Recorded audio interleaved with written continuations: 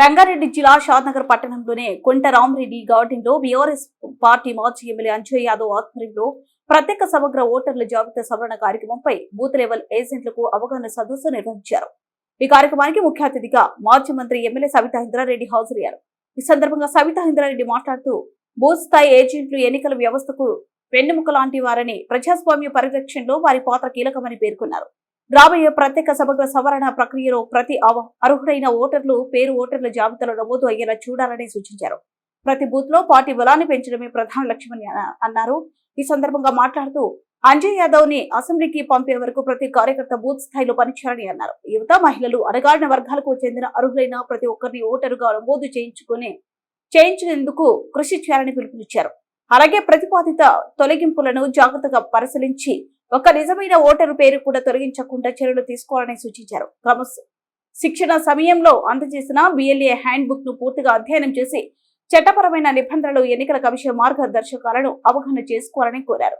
Congress party ఇచ్చిన అబద్ధపు 420 హామీలను ప్రజల్లో తీసుకువెళ్లాలని అన్నారు. పార్టీ కార్యకర్తలు అప్రమత్తంగా ఉండాలని సూచించారు. మాజీ ఎమ్మెల్యే అంజయ్ యాదవ్ మాట్లాడుతూ అబద్ధాలకు ప్యాంట్లు, షర్ట్ తొడిగితే అది కాంగ్రెస్ పార్టీ అని అన్నారు. లక్ష్మీదేవిపల్లి ప్రాజెక్టును ఆపింది కాంగ్రెస్ పార్టీ కాదా? అప్పుడు పరిగి ఎమ్మెల్యే రామ్మోహన్ రెడ్డి ఆందోళన చేసిన విషయం నిజం కాదా? అసలు లక్ష్మీదేవిపల్లిని తీసుకొచ్చిందే కేసీఆర్ అని అన్నారు. కాంగ్రెస్ పార్టీ 1 కోటి మంది మహిళలను కోటీశ్వరులను చేస్తామనడం హాస్యాస్పదమని, ముందుగా వారిని లక్షాధికారులను ఇచ్చారని అన్నారు. ఈ అవగాహన సదస్సులో బీఆర్ఎస్ సర్పంచులు, కార్యకర్తలు, అభిమానులు పెద్ద సంఖ్యలో పాల్గొన్నారు.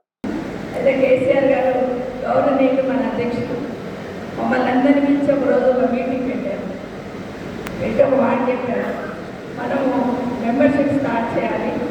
అట్లాగే ఈ ఓటర్ సవరణ అనేది వచ్చింది, దాని నుండి కూడా చాలా జాగ్రత్తగా ఉండాలి. రొటీన్గా జరిగే కార్యక్రమం అయినా మనం జాగ్రత్తగా లేకపోతే నష్టపోతాము. కాబట్టి ఖచ్చితంగా ప్రతి నియోజకవర్గానికి ప్రతి దగ్గరికి వెళ్ళి మన వాళ్ళని అలర్ట్ చేయండి అని చెప్పారు. దాంట్లో భాగంగా ఈరోజు మీకు రావడం జరిగింది. అందరూ చెప్పారు నేను SIR కార్యక్రమం ఎట్లా ఉంటుంది. మనందరికీ తెలుసు ఓటు సవరణ అంటే ఏముంటుంది, చనిపోయిన పేర్లు తీసేస్తారు, కొత్తగా పెళ్ళి చేసిన కోడళ్ళ పేర్లు ఎక్కిస్తారు, పిల్లల పేర్లు తీసేస్తారు, 18 మిగిలిన పిల్లలుంటే ఎక్కిస్తారు. కానీ ఇప్పుడు అట్లే కాదు, 2002 ఓటర్ లిస్టు తీసుకొని మ్యాపింగ్ చేస్తారు కదా. ఆ మ్యాపింగ్ చేసినప్పుడే చాలా జాగ్రత్తగా ఉండాలి. దయచేసి అది చూసుకోమని మనం చేస్తూ ఉన్నాం. ఒక శంషాబాద్లో తమ్ముడు వచ్చే పెట్టాం. అక్కడ నా పెళ్ళి 2003లో అయిపోయింది. నా భార్య 2004లో ఓటేసింది, 9లో ఓటేసింది, 14లో ఓటేసింది, 18లో ఓటేసింది, మొన్న కూడా ఓటేసింది. ఇప్పుడు ఓటర్ మ్యాపింగ్లో వాళ్ళ నాన్న దగ్గర చూపిస్తుంది అక్కడ నా భార్య పేరని చెప్పింది. కాబట్టి దయచేసి క్రాస్ చెక్ చేసుకోండి. ప్రతి ఓటర్ నా బూత్ నా బాధ్యత ఇక్కడ వచ్చిన బూత్ BLAs అందరూ కూడా మీకు ఏ బూత్ అయితే ఇచ్చారో మీ BLOస్తో కోఆర్డినేట్ చేసుకుంటూ ఒక్క ఓటు కూడా పోవద్దు, ఒక్క దొంగ ఓటు కూడా ఉండదు. ఇవి జాగ్రత్తలు చూసుకుంటే చాలా ఎక్కువ ఉండదు. ఒక 2 రోజులు, ఒక 1 మంత్ టైం ఇవ్వండి, అది ఖచ్చితంగా సెట్ అయ్యడానికి అవకాశం ఉంటుంది. అయితే దీంతో పాటు మరొకసారి మీకు విజ్ఞప్తి ఏంటంటే మన మెంబర్షిప్ సంబంధించి మీరందరూ కూడా చాలాసార్లు మెంబర్షిప్ చేశారు. అయితే మనం అప్పుడు బుక్స్ తీసుకొని మెంబర్షిప్ చేస్తున్నాం. ఏడో ఒక దగ్గర కూర్చొని వాస్తవంగా రాస్తున్నాం. కొంత ఇంటికి పోయేది ఇక్కడ చేయలేదు. కానీ ఇప్పుడు డిజిటల్ మెంబర్షిప్ అనేది చేయాలని కేసీఆర్ గారు నిర్ణయించున్నారు. కాబట్టి మీకు అందరికీ కూడా మళ్ళీ డిజిటల్ మెంబర్షిప్ మీద ట్రైనింగ్ ఇస్తారు. శ్రీనివాస్ యాదవ్ గారు ఇక్కడ ఉంటారు. ప్రతి నియోజకవర్గానికి ఒక ఇన్ఛార్జ్ కూడా ఇస్తారు, టెక్నికల్గా ప్రాబ్లం కాకుండా. కాబట్టి డిజిటల్ మెంబర్షిప్ ప్రతి ఫోన్లో ఒక యాప్ డౌన్లోడ్ చేసుకొని ప్రతి ఇంటికి పోయి ప్రతి వ్యక్తి దగ్గర ఫోటో తీసుకోవాల్సి వస్తుంది. కాబట్టి ఖచ్చితంగా బీఆర్ఎస్ పార్టీకి అభిమానం ఉన్న వాళ్ళు, అంజయ్ యాదవ్ గారికి అభిమానం ఉన్న వాళ్ళు, కేసీఆర్ గారికి అభిమానం ఉన్న వాళ్ళు మాత్రమే మెంబర్షిప్ తీసుకుంటారు. ఫేక్ మెంబర్షిప్ కావడానికి అవకాశం ఉంటుంది అనేది వాస్తవం. కాబట్టి మెంబర్షిప్ అప్పుడు కూడా ప్రతి దగ్గరికి వెళ్ళి మెంబర్షిప్ చేయడానికి ప్రతి ఒక్కరు ముందుండాలని మిమ్మల్ని అందరినీ కోరుతా ఉన్నాను.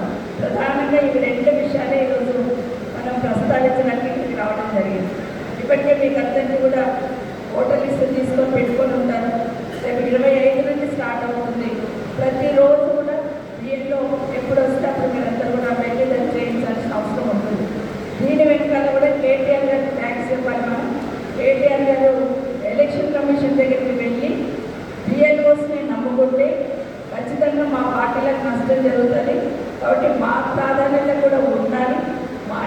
ఇన్వాల్వ్మెంట్ కూడా ఉండాలి అని చెప్పి అక్కడ పోయి అడిగితే ఖచ్చితంగా ప్రతి పార్టీకి సంబంధించిన బిఎల్ఏస్ని కూడా పెట్టుకోవచ్చు అని అక్కడ వాళ్ళు డైరెక్షన్ ఇచ్చినారు. కాబట్టి అన్ని పార్టీలకు సంబంధించిన వాళ్ళు ఈరోజు దాంట్లో పాత్ర వహించడానికి అవకాశం ఉంటుందని మీకు అందరికీ మనవి చేసుకుంటూ నా రిక్వెస్ట్ ఇంకొకటి కూడా అజయ్ యాదవ్ గారికి పార్టీ పరంగా 2 పేర్లు మీద పాల్గొన పెట్టక అనేది వాస్తవం.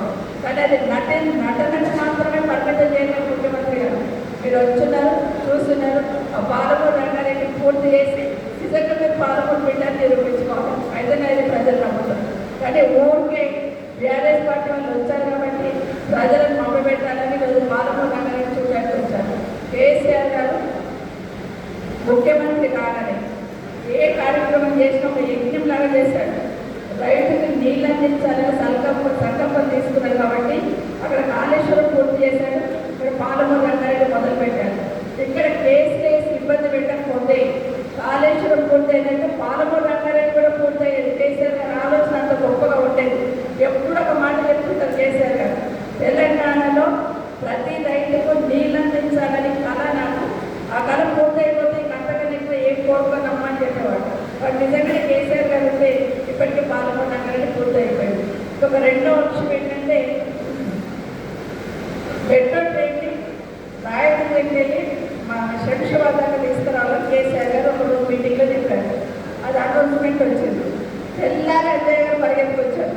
సార్ మీరు శంషాబాద్ దాకా తీసుకొచ్చినప్పుడు మా షాద్నగర్ దగ్గర ఉంటుంది, మాకు కూడా మెట్రో ట్రైన్ ఇవ్వాలి సార్ అని పరిగెత్తుకొచ్చి ఒక లెటర్ తీసుకొచ్చి ఇచ్చారు. నిజంగా కేసీఆర్ గారు ఒప్పుకుంటారని నేను అనుకోలేదు. అంటే శంషాబాద్కి వెళ్ళి కందుకూరు దాకా తీసుకుపోదామని ప్లాన్ చేసినాము. మరి ఇక్కడ కూడా డైవర్ట్ చేస్తారని అస్సలు అనుకోలేదు. అంజయ్ గారు అడగగానే అర్జెంటుగా కేటీఆర్ గారిని పిలిచి, అరే అంజయ్ గారు చెప్పింది బాగానే ఉంది, అసలు షాద్నగర్కి హైదరాబాద్లో కలిసినట్టే ఉంటుంది, మెట్రో అక్కడ కూడా ప్లాన్ చేయాలని పెట్టి ప్లానింగ్లో పెట్టారు. అది ఒక విజన్తో పనిచేసే నాయకుల లక్షణం. అక్కడ పైన విజన్తో పనిచేసే కేసీఆర్ గారు, కింద మీ శాసనసభ్యుల కథల్లో అంజయ్ గారు దీన్ని ఆలోచించారు. ఈ ప్రాంతానికి ఏంటి జరుగుతుంది, ఎట్లా ఉంటుంది. కేసీఆర్ గారు కేటీఆర్ గారు ఉన్నప్పుడు 6 నెలలకు ఒక కంపెనీ వచ్చేది ఇక్కడ. కానీ ఇప్పుడు ఏమేమిందంటే 3 నెలలకు ఒక కంపెనీ క్లోజ్ చేసుకుంటున్నట్టున్నారు ఇప్పుడున్న పరిస్థితుల్లో. కానీ ఇప్పుడు అలాంటి ఆలోచన లేదు. ఈ ప్రభుత్వం వచ్చిన తర్వాత ఒక కొత్త కంపెనీ వచ్చింది లేదు, ఒక కొత్త ఇన్స్టిట్యూషన్ స్టార్ట్ చేసింది లేదన్నది వాస్తవం మనందరికీ తెలుసు. ఇలా చెప్పుకుంటూ పోతే చాలా ఉన్నాయి. కేసీఆర్ గారు వచ్చినాక ఏం చేశాడని వాళ్ళని అడిగితే ఒక చాంతాడంత లిస్టు చెప్పవచ్చు. 24 గంటలు కరెంటు తాపత్రయపడ్డాడు, రైతు బంధువులనే కార్యక్రమాన్ని తీసుకొచ్చాడు, ఆడపిల్ల పెళ్లికి 2 లక్షలు వేశాడు, మన పిల్లలు చదువుకోవడానికి నిజంగా విద్యా వ్యవస్థను కూడా ఒక యజ్ఞంలాగా పనిచేశారు కేసీఆర్ గారు. ఈరోజు చెప్తున్నారే ముఖ్యమంత్రి గారు, తెలంగాణ పబ్లిక్ స్కూల్ అంట పేరు మార్చులు ఒక్కటే తెలుసు ముఖ్యమంత్రి గారు కనిపిస్తాము ఒక్కొక్కరు చూస్తూ ఉంటే. కానీ కేసీఆర్ గారు ఉన్న 9.5 సంవత్సరాలలో 2 సంవత్సరాలు లెక్క పెట్టదు. ఒకటి, కేంద్ర ప్రభుత్వం నోట్ల రద్దు కార్యక్రమం చేసినప్పుడు ప్రభుత్వానికి చాలా ఇబ్బంది అయిపోయింది. రెండవది, కరోనా వచ్చింది. 2 సంవత్సరాలు ఏమీ చేయలేకపోయాం. ఆర్థిక 7.5 సంవత్సరాలలో ఎక్కడో ఉన్న తెలంగాణని ఎక్కడికో తీసుకెళ్ళాలి కేసీఆర్ గారు. ఒక్కొక్క అంశం కాదు, ఏ అంశం తీసుకున్నా నా తెలంగాణ ముందుంటానని కాపదలిపడ్డారు కేసీఆర్ గారు. అన్నింటికన్నా ముఖ్యంగా విద్యా వ్యవస్థ గురించి ఒక నిమిషం చెప్తాను. కేసీఆర్ గారు వచ్చినాక పివి నరసింహారావు గారు మొదలుపెట్టిన గురుకులాలని 2 గురుకులాలు కాదు, ప్రతి దగ్గర గురుకులాలు ఉండాలి. కేజీ టు పీజీ ఒక అబ్బాయి స్కూల్లో జాయిన్ అయితే పీజీ వరకు బోర్డింగ్తో ఉండాలని ఆలోచనతో గురుకులాలను కాన్సెప్ట్తో మొదలుపెట్టారు. 1, 2 కాదు, 1150 గురుకులాలు ఏర్పాటు చేశారు. 7 సంవత్సరాలు 9 సంవత్సరాలలో 1450 జూనియర్ కాలేజీలు పెట్టారు. కొత్తగా పాతవి పక్కన పెడతాం. 85 డిగ్రీ కాలేజీలు పెట్టారు, 5 పీజీ కాలేజీలు పెట్టారు, 4 ఇంజనీరింగ్ కాలేజీలు పెట్టారు. ఇట్లా చెప్తుపోతే చాలా కార్యక్రమాలు. మరి 2.5 సంవత్సరాలు అయింది కదా, ఒక్క స్కూల్ ఒక్క కాలేజ్ అని ప్రభుత్వం పెట్టిందంటే పెట్టలేదు సరికదా. 26,000 స్కూల్స్ ఏవైతే ఉన్నాయో ప్రభుత్వ పాఠశాలలు 4,000కి చేస్తామంటున్నారు. ఇది ప్రభుత్వం లోకల్గా ఒక మహిళను పెట్టుకుంటే కూడా బాగుంటుంది. వీళ్ళతో ఒక లేడీ న్యాయం చేసుకోండి. మీరందరూ కూడా రేపు ఎలక్షన్ అయ్యేంత వరకు ఈ బూత్ ఇన్ఛార్జ్లు ఎవరైతే ఉన్నారో వాళ్ళు చాలా ఇంపార్టెంట్.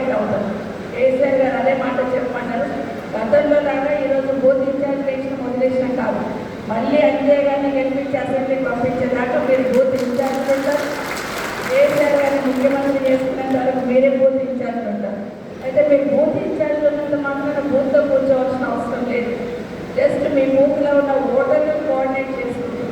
దానివల్ల చాలా పార్టీకి ప్లేస్ అవుతుంది.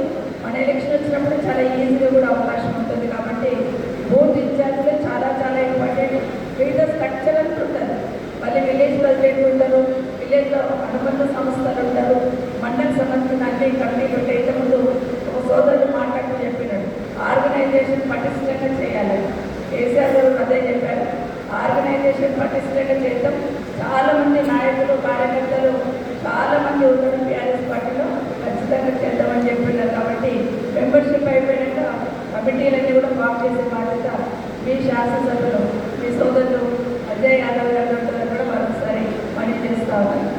అయితే ఈరోజు మాట్లాడుతూ నేను ఎప్పుడు ఆలోచిస్తూ ఉంటాను, అంజయ్ గారు ఎప్పుడు కేసీఆర్ గారి దగ్గరికి వచ్చినా నా నియోజకవర్గం చాలా రోడ్లు బాగలేవు, గ్రామాలలో చాలా డ్యామేజ్ ఉన్నాయి, నాకు రోడ్లు కావాలి, నాకు లేకపోతే ఇంకా ఇంకేదన్నా కావాలి, కాలేజీలు కావాలి, అడుగుతూ ఉండేవారు.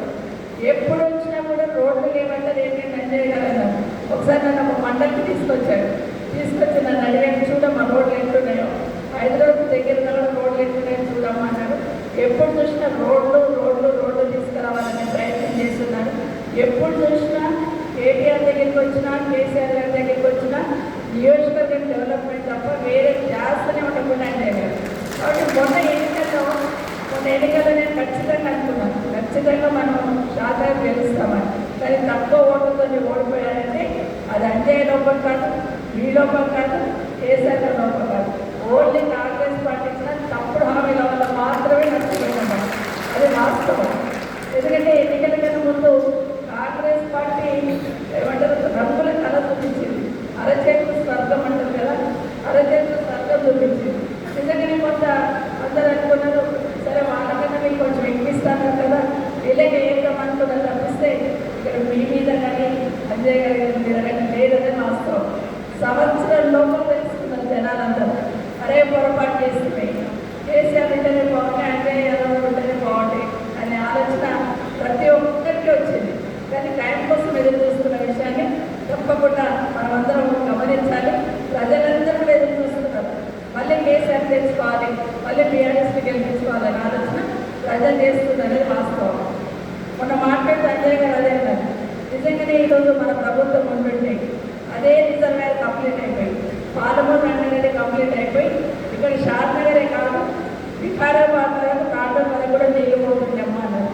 ఎంత దౌర్భాగ్యమైంది ప్రభుత్వం, ఎంత కళ్ళు మూసుకొని ముందు నిద్రపోతుందంటే మన టీఆర్ఎస్ పార్టీకి సంబంధించిన నాయకులు, ఎమ్మెల్యే, ఎక్స్ఎమ్మెల్యేలు, ఎక్స్ మంత్రులు, మాజీ మంత్రి వీళ్ళందరూ కలిసి పాలమూరు రంగారెడ్డి గురించి అసలు మాట్లాడతలేవు.